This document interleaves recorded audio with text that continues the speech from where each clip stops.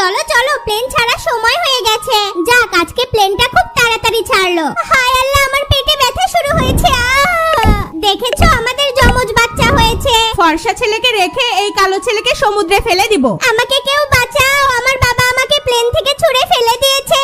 কি ব্যাপার, এই ময়লার ডাস্টবিনে বাচ্চার কান্নার আওয়াজ কোথা থেকে আসছে? ওরে সোনা বাবু রে, কান্না করো না, এখন থেকে তুমি আমার বাড়িতে থাকবে। তোমার গা থেকে ময়লার গন্ধ বের হচ্ছে, ভালো করে সাবান দিয়ে গোসল করিয়ে দেই। ফিডারটা খেয়ে নাও সোনা, তোমার জন্য দেশি গরুর দুধ কিনেছি। কানের কাছে ঘ্যান ঘ্যান করবে না, বাড়িতে চলো। আমার ছেলেটা দেখতে আমার মতোই ফর্সা হয়েছে, ফিডারটা খেয়ে নাও। আমার আরেকটা ছেলের কথা মনে পড়লে আমার খুব কষ্ট হয়। তোর এই কালো ছেলের জন্য আরেকবার কান্না করলে তোকে বাড়ি থেকে বের করে দিব। টমি যাও, তাড়াতাড়ি স্কুলে যাও বাবা। ওরে, আমি স্কুলে চলে এসেছি। তুই তো দেখতে একবারে পাতিলের তলির মতো কালো।